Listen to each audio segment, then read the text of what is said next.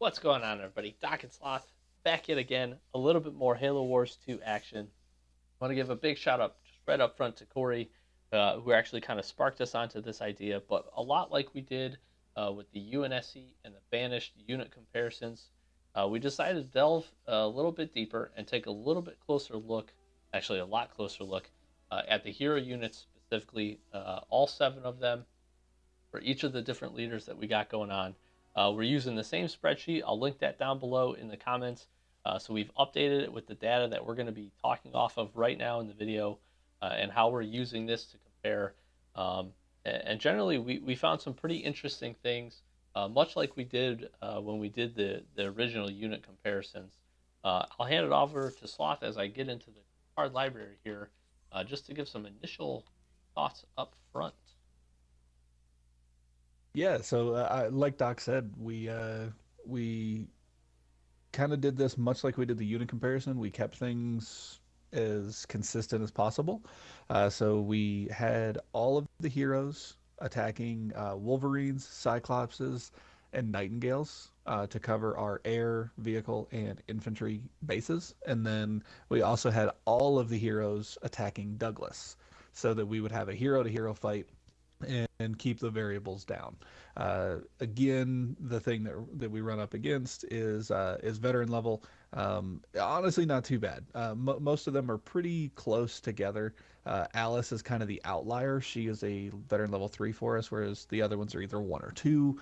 And actually, the banished side, almost everything is level 2, which was kind of cool. That kind of leveled the playing field for that a little bit.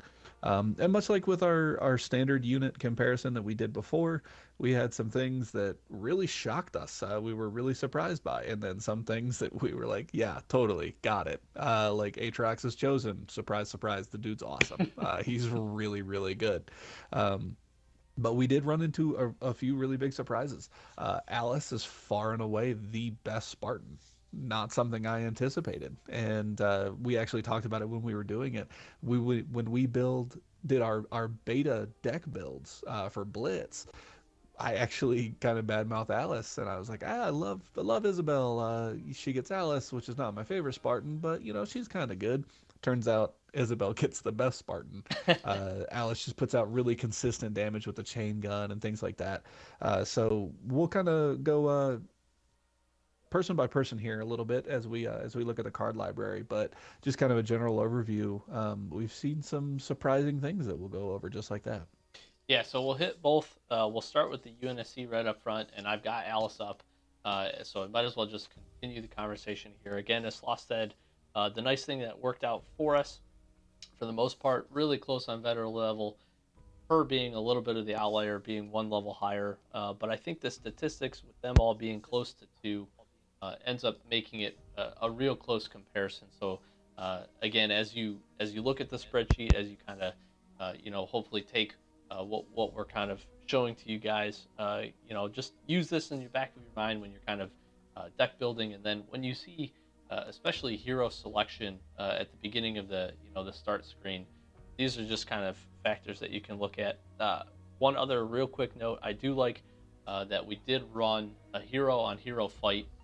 This isn't a situation you'll see a lot, but every once in a while you might see a single hero unit holding a point, especially maybe after a big battle, and maybe you have your hero unit.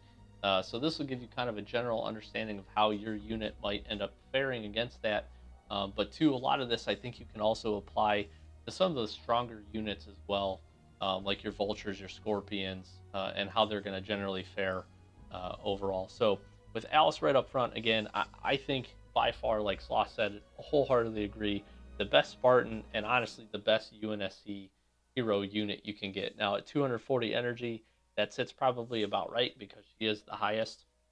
Obviously not by much. There's really only 10 unit energy separation, or 20 between her and the lowest, if you will. But really, she really wins every category. She's the best against every unit. And then for her one-on-one hero fight, coming in at 29 seconds was absolutely amazing. And really, that has to deal with her reflectability. She was dealing that consistent damage, like you said, the chain gun. a lot of her attack animation is just consistent, whereas a lot of the other, basically every other leader, they fire and then they take a second and then they have to fire. So there's just her attack animation a lot faster. She does have to pause to reload every once in a little bit, but she just gets really consistent damage. And then when she's fighting a unit that deals a lot of damage on each of its hits, she deals a good portion of that damage back, half of it back right to it. And so that really, I think, really pushed her over the edge as being the best attacker and the best UNSC hero. Yeah, and that's, I mean, like you said, with that reflectability, with her deflecting stuff back, it really becomes a case of she's honestly better against the other heroes than most any other unit because they're putting out a lot of damage, so she's kicking a lot of damage back. So that was actually something that was really cool, and we had kind of anticipated that that's what we were going to see from her as far as that went. But it not only that, but also just the amount of damage she was able to spit out against a lot of the other units was really surprising. But if you run into those opportunities where it's kind of one-on-one or unit versus unit kind of thing, where it's just going to be Alice kind of going up against very specific targets, you're in the clear. You're golden because she can really just kick a lot of that damage right back at them. Yeah, absolutely, absolutely. So the next unit after that is a little bit hard to decipher, in my opinion at least. And really it comes down, it's kind of close. Forge's Warthog, we'll flip over to him and just take a quick look. Generally a pretty good overall leader, kind of like we expected. By far probably the fastest UNSC attacker, as well as having the best range.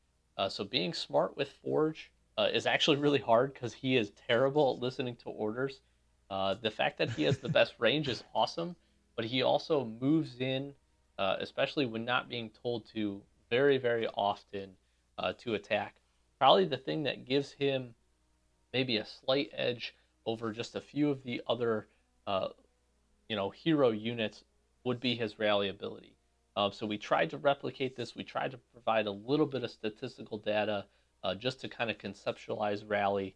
So what we ended up doing was using a Kodiak unit without rally, and then when they were inside Forge's, rally ability, and that Kodiak ended up killing a Jackrabbit a full second faster.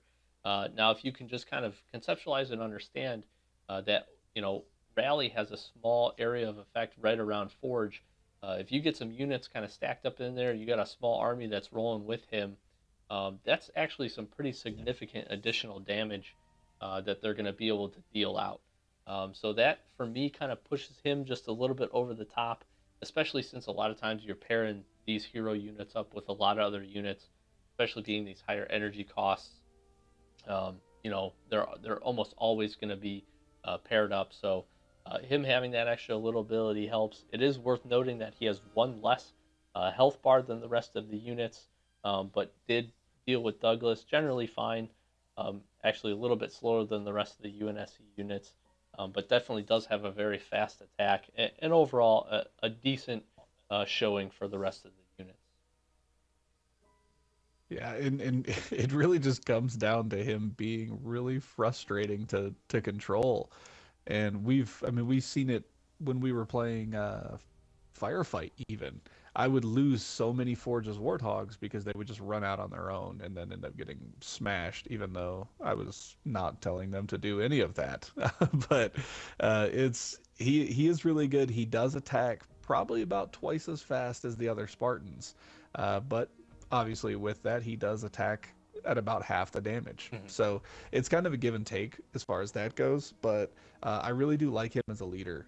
That rally ability, especially if you have a decent number of smaller units, or a decent number of any type of units, is going to help. Right. So the rally ability helps.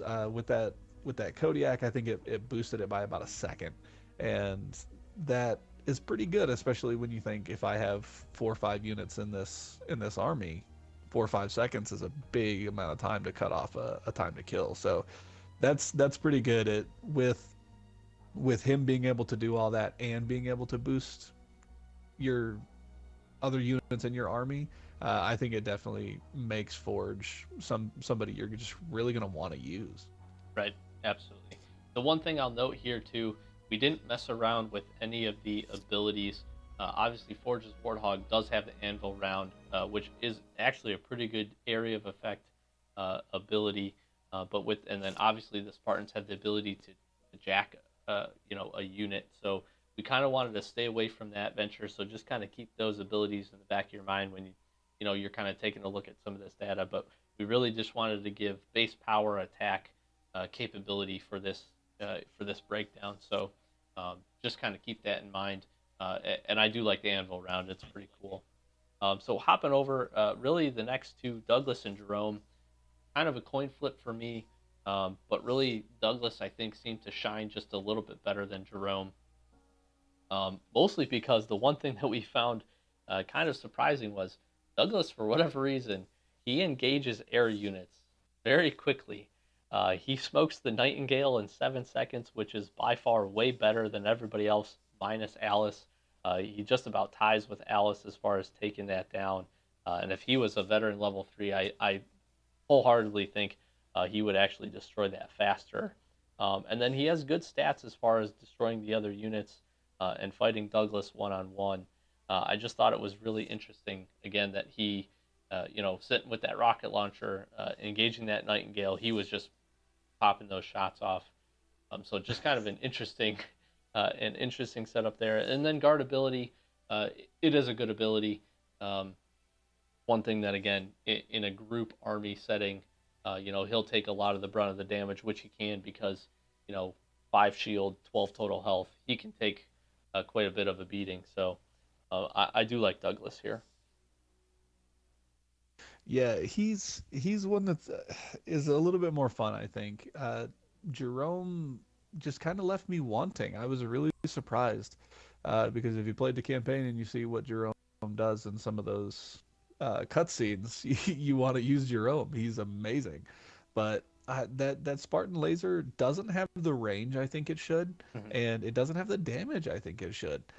Douglas toe to toe with Jerome in a one-on-one, Douglas wins it barely. It's a really close fight, but Douglas won it. I think we've done it 3 or 4 times now, and Douglas just happens to win it each time.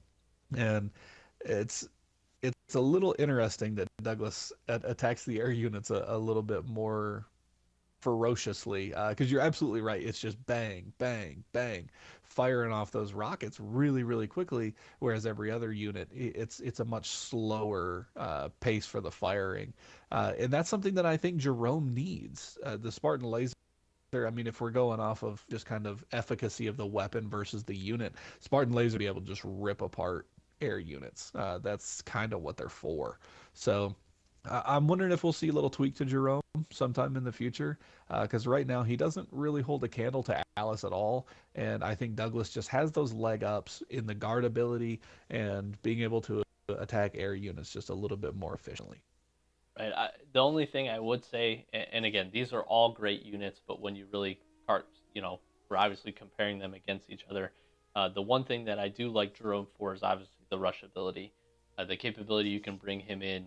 He drops in full health, full damage right in the middle of a fight, and then it can jack a vehicle without having, without really you have to having to worry about him dying while he does it. Is a good consideration, but again, when you need him to actually deal the damage, he's not going to do it as well as a lot of the other leaders. So that's kind of our UNSC breakdown. We'll hop over to our Banish breakdown. And Sloth, I'll let you take the lead on this one because I think I know where we're going. This one it's a little bit more cut and dry. Veteran level is pretty consistent. Warlord is level 1. The others are level 2, as far as just the veteran level goes. And this one was really easy to test because Honor Guard and Warlord can't even touch air units. So this was a really quick kind of unit comparison for us to do. Honor Guard is fast as lightning. It's awesome, super cool. Time to kills are not bad. They're actually pretty good, but. nobody can hold a handle to Atriox's Chosen. That's just kind of how that is for the time to kills. Warlord has that siphon ability. He actually didn't end up taking any damage when fighting Douglas. He took Douglas one-on-one, and it was not even close. He took shield damage, but every little bit of health damage he would take, he would just get it right back the next time he smacked Douglas with that hammer. So that's actually really cool. Any type of non-air unit that you can go one-on-one with the Warlord is perfect. He's kind of the banished version of Alice as far as that goes, like we were talking earlier. But I mean, do everything, kill everything. It's Atriox, man. He's so good. I mean, we knew that coming in. That was something that we were just not really surprised by. But his ability to just rip things apart is really cool. And we actually tested the shock ability a little bit. So we outside of the shock abilities range, and then one also in the shock abilities range. It's a 3-second difference. It's a 33% difference. So the shock ability is really good if you can get him close. Now, the funny thing with Atriox is he has the best range buddy, and he can hit people from really far away, so a lot of times you probably won't even get that effect. But if you have a big army to going against, or you have somebody like the Warlord or the Honor Guard that are coming in close to you, that's only going to kind of play to your benefit. So long story short, Atriox is chosen as the boss. Yeah, yeah, absolutely. The other two things that I just want to highlight on that I found really interesting with Atriox, again, the shock ability, how good it was, and we didn't use it for any of the other units that you see, so we kept him outside the range and let him just deal the normal damage. But if you would have applied that when he would have fought Douglas, I think obviously you would have saw a much better number. But it is interesting with the fact that he has 3 less health than all of the other leaders. I think that was the way of kind of balancing him so that he would fold a little bit quicker. Because when he did fight Douglas one-on-one, Douglas actually got him down to about 2 health bars. So actually a pretty fair fight when you go to look at it. Him just being a better unit ended up getting that win there.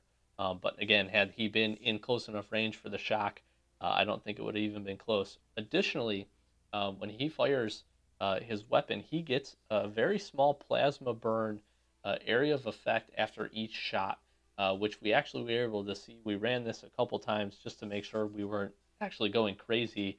But yeah, so his shot will hit, it'll do the damage, and then just a lot like the Ironclad Wraith with the plasma burn ability, essentially the same exact thing. Very small area of effect, but definitely takes a toll, and was dealing a good amount of damage over the course of the entire fight, which again I just think adds to his overall effectiveness, and obviously his time to kill ends up decreasing a lot because of that. Yeah, and I mean those are all 7 leaders we have at this, or heroes I should say, at this point. We do have a lot of planned DLC for Halo Wars 2 coming from 343 and Creative Assembly, so we will actually be doing just trying to keep these variables really consistent and do these every time we have a new leader come out, so we can kind of get a good idea of what to expect from them. Yeah, absolutely. One other real quick thing, I don't want to forget this while we're talking about it. 2 things just to highlight again for the Banish side. Sloth, you hit on this a little bit with the Siphon ability for the Warlord, but he also, when he attacks, does do a small stun after each attack, which actually slows the respective opponent down. And I think that's worth mentioning. Again, it's kind of hard to compare the Honor Guard and the Warlord because they can't hit the air. But it is worth mentioning that I think the Warlord is definitely a very close second to Atriox, at least on the Banish side, as far as leader. Now, the Honor Guard definitely has some capability. The fact that he comes in cloaked, he definitely can be one of those units that you micromanage and honestly get in some of those one-on-one fights a little bit. But again, it's hard to use, and it's hard to kind of place these guys when they can't hit air units. But just kind of want to throw those 2 little factors out there as we are wrapping up, just for consideration. Definitely my opinion, Atrax has chosen the best overall, both between the Banished and UNSC. Clearly the Banished leader, and then with the UNSC, really Alice for us taking the cake. So check out the spreadsheet again. We'll have it linked down below. Hopefully you guys enjoyed this video and kind of enjoyed some of these comparisons. To be honest, again, we did our best to kind of keep all of the factors and everything equal across the board. I think we did a relatively good job of that. So hopefully this is some good information you can use moving forward. We're also taking a look at the rest of the spreadsheet, updating a few things.